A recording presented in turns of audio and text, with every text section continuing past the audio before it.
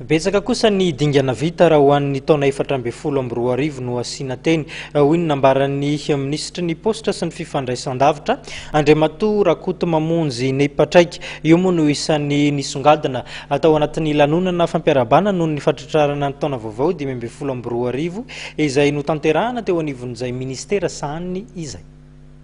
Afa-po tamin'ny fiara-miasa amin'ireo mpiara-miompinatoka aminy ny ministera ny posta sy ny fifandraisan-davitra ary ny teknôlôjia vaovao hoy Andriamatoa Rakotomamonjy Nepatraiky raha tamin'ny taona 2012 iny.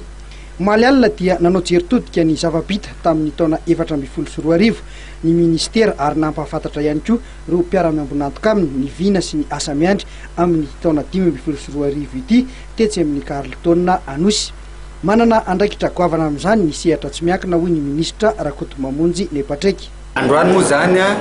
no fotoana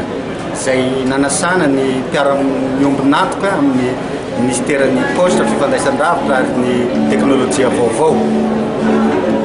Nasaina ireo olona ireo mba holazaina aminy ny zava-bita tamin'ny 2014 dia androany ihany koa zany no nanambarana amin'izareo ny programa izay ho tanterahin'ny ministera zany amin'ity taona 2015 ity mba ahafahan'izareo sahady mahafantatra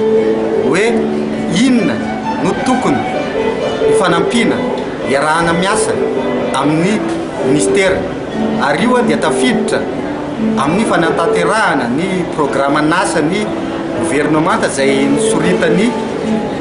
Andriamatoa Filoha Hery Rajaonarimampianina ary tanterahanay ao amin'ny gouvernemanta zany taritiny